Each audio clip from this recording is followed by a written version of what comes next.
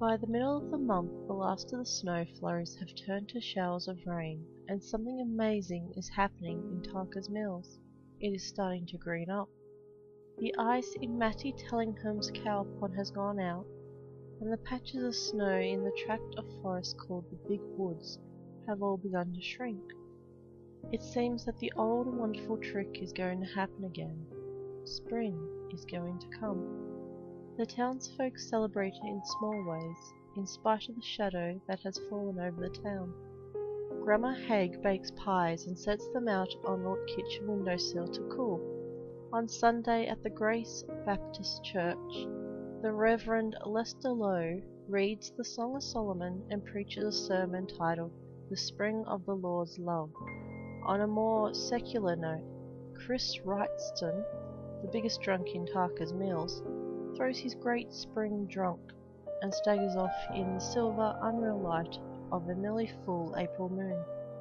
Billy Robertson, bartender and proprietor of the pub, Tarka's Mills' only saloon, watches him go and mutters to the barmaid, "If that wolf takes someone tonight, I guess it'll be Chris."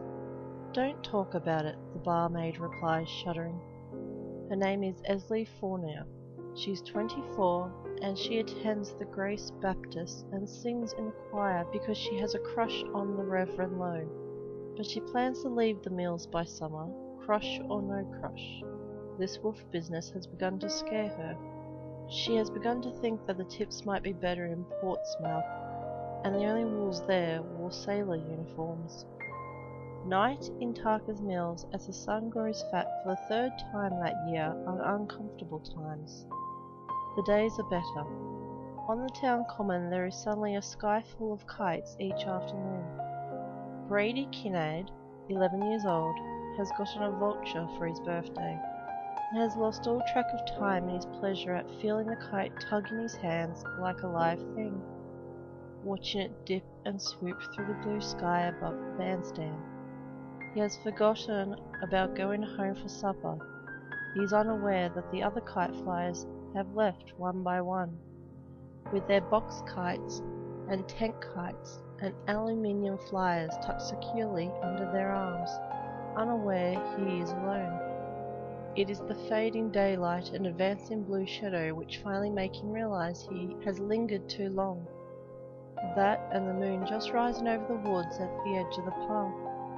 For the first time it is warm weathered moon, bloated and orange instead of cold white.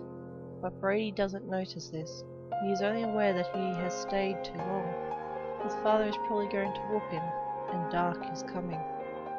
At school, he has laughed at his schoolmates' fanciful tales of the werewolf they say killed the drifter last month, Stella Randolph the month before, Arnie Winstrom the month before that. But he doesn't laugh now, as the moon turns April dusk into a bloody furnace glow. The stories seem all too real.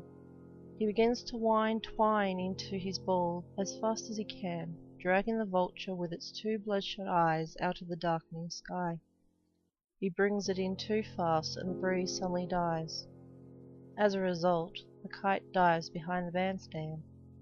He starts towards it, winding up string as he goes, glancing nervously back over his shoulder, and suddenly the string begins to twitch and move in his hands, swaying back and forth. It reminds him of the way his fishing pole feels when he's hooked a big one in Tarka's stream above the mills. He looks at it, frowning, and the line goes slack. A shattering roar suddenly fills the night, and Brady Kincaid screams.